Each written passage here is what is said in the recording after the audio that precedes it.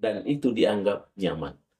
Ternyata menurut penelitian bahwa ketika kita berada di Amerika Latin, maka tentunya jarak aman untuk berkomunikasi.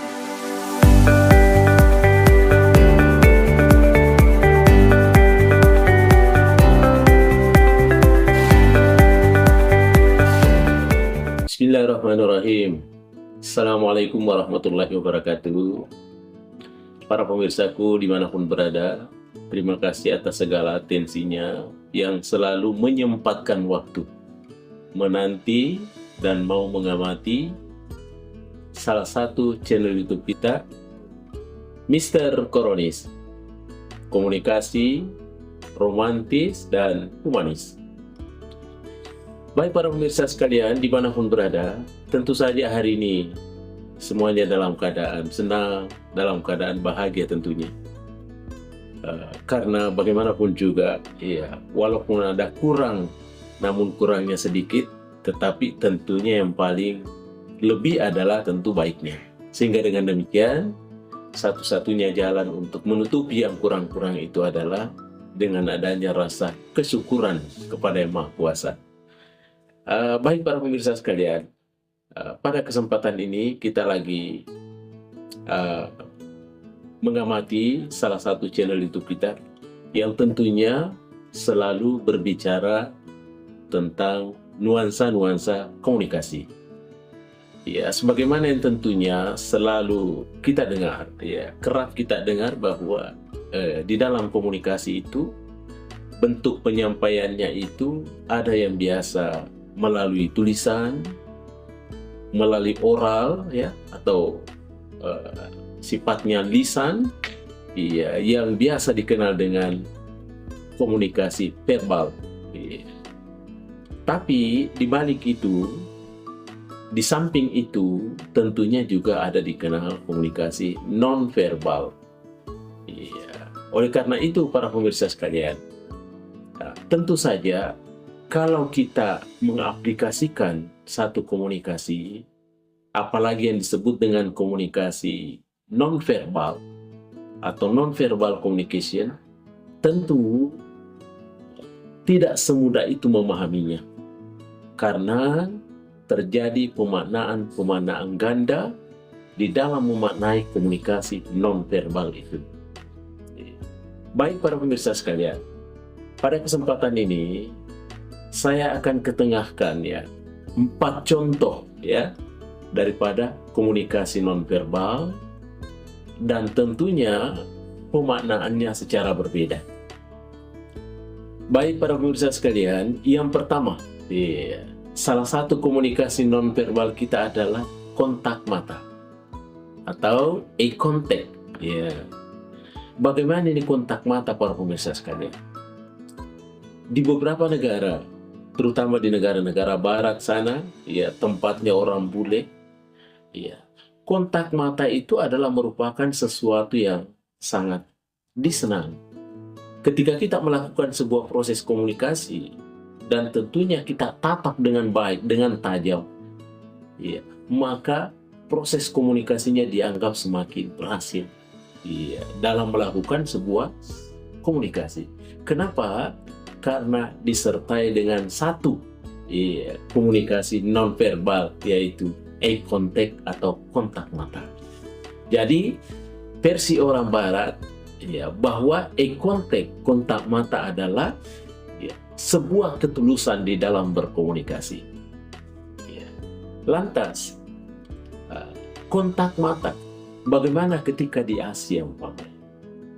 Ya, taruhlah umpama di Jepang, ya, di Indonesia, ya, negara-negara Asia. Di Indonesia, kadangkala kontak mata ini terbatas dilakukan, terutama ketika kita berkomunikasi dengan yang lebih tua dari kita. Ya, kadangkala orang-orang kita di Indonesia itu lebih senang menunduk. Ya, menunduk tentunya bukan berarti rendah diri, tetapi menunduk itu adalah bagian dari nilai-nilai etika bahwa dia menghargai yang lebih tua. Sehingga ketika melakukan proses komunikasi, tidak sedikit orang-orang kita itu bukan kontak mata, tetapi dia lebih senang menundukkan kepala sejenak. Malah menundukkan kepala sejenak itu artinya menghargai daripada seniornya, menghargai daripada lebih tua, atau menghargai daripada orang tuanya. Lantas, kalau di Timur Tengah, bagaimana dengan eye contact, kontak mata? Di Timur Tengah itu, kontak mata juga dimaknai adalah sesuatu yang tidak terlalu biasa begitu ya. Jadi kira-kira dia berada di pertengahan antara dia tidak menunduk dan dia tidak tajam penglihatannya. Itu yang pertama para pemirsa sekalian. Yang kedua, komunikasi nonverbal yang kedua dengan mengandung makna ganda, yaitu gestur. Bagaimana itu gestur? Gestur itu gerakan tubuh. Ketika kita katakan bagus, kadangkala kita katakan oke, acungan jempol ke depan. Di beberapa negara, tentunya acungan jempol ini adalah sesuatu yang dianggap sudah oke, sudah bagus. Di negara-negara barat pun, jempolan ini dianggap sesuatu oke. Namun tentunya ketika kita di Timur Tengah umpama, kata jempol itu sesungguhnya tidak langsung oke, tapi jempol itu dianggap adalah sesuatu yang terserah. It's up to you, tergantung kamu begitu ya. Artinya di sini tentunya pemaknaannya ada yang maknai secara bagus dan ada yang maknai bukan berarti bagus dan bukan berarti jelek, tapi dia berada di tengah-tengah, maknanya adalah terserah. Itu komunikasi nonverbal yang kedua. Yang ketiga para pemirsa sekalian, ada bentuk komunikasi nonverbal yang disebut dengan proxemic. Apa itu proxemic? Proxemic itu artinya ruang pribadi. Bagaimana itu ruang pribadi? Artinya, ketika kita melakukan sebuah atau proses komunikasi, kira-kira di jarak mana kita aman? Apakah kita mendekat atau kita melakukan proses komunikasi yang jauh sehingga itu dianggap aman dan itu dianggap nyaman? Ternyata menurut penelitian bahwa ketika kita berada di Amerika Latin, maka tentunya jarak aman untuk berkomunikasi itu semakin dekat semakin baik, semakin dekat semakin bagus, semakin dekat semakin nyaman. Ini tentu agak berbeda dengan di Eropa Utara. Bagaimana di Eropa Utara para pemirsa sekalian? Kalau di Eropa Utara itu lebih jauh sedikit, itu lebih baik.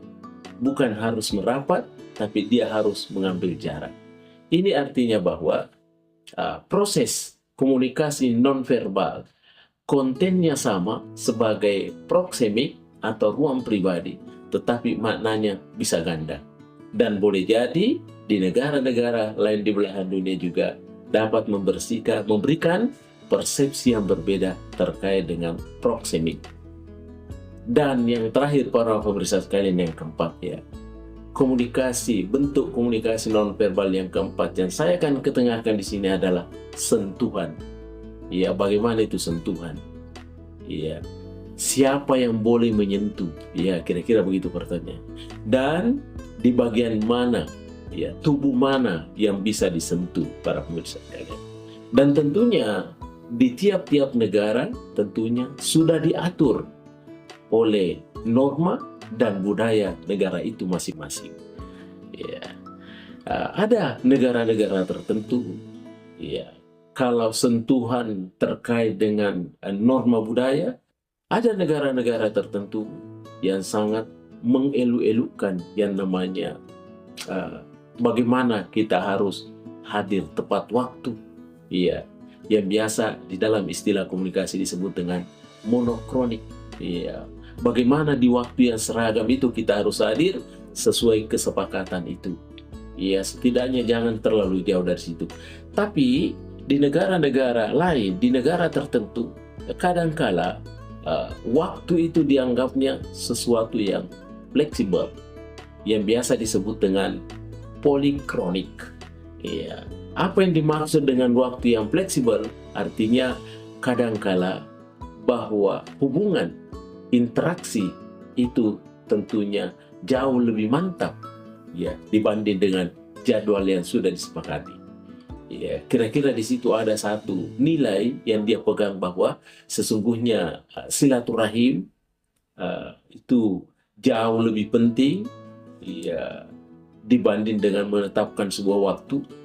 Artinya boleh jadi meleset daripada waktu-waktu yang sudah disepakati, tapi yang pasti bahwa dia hadir untuk melakukan sebuah proses komunikasi atau silaturahim. Baik para pemirsa sekalian dimanapun berada, inilah ya ada 4 yang saya sampaikan di sini yang terkait dengan aplikasi ya bentuk komunikasi nonverbal. Ternyata kontennya sama, tetapi ada makna-makna ganda di dalamnya. Yang pertama tadi adalah terkait dengan eye contact, kontak mata. Yang kedua gestur tubuh ya. Yang ketiga ada yang disebut dengan proxemic ya, yang terkait dengan ruang pribadi, dan yang keempat adalah sentuhan. Ya. Baik para pemirsa sekalian dimanapun berada, terima kasih atas segala atensinya. Mudah-mudahan hari ini kita mendapat keberkahan dari Yang Maha Kuasa. Mr. Koronis mengundurkan diri. Assalamualaikum warahmatullahi wabarakatuh. Mr.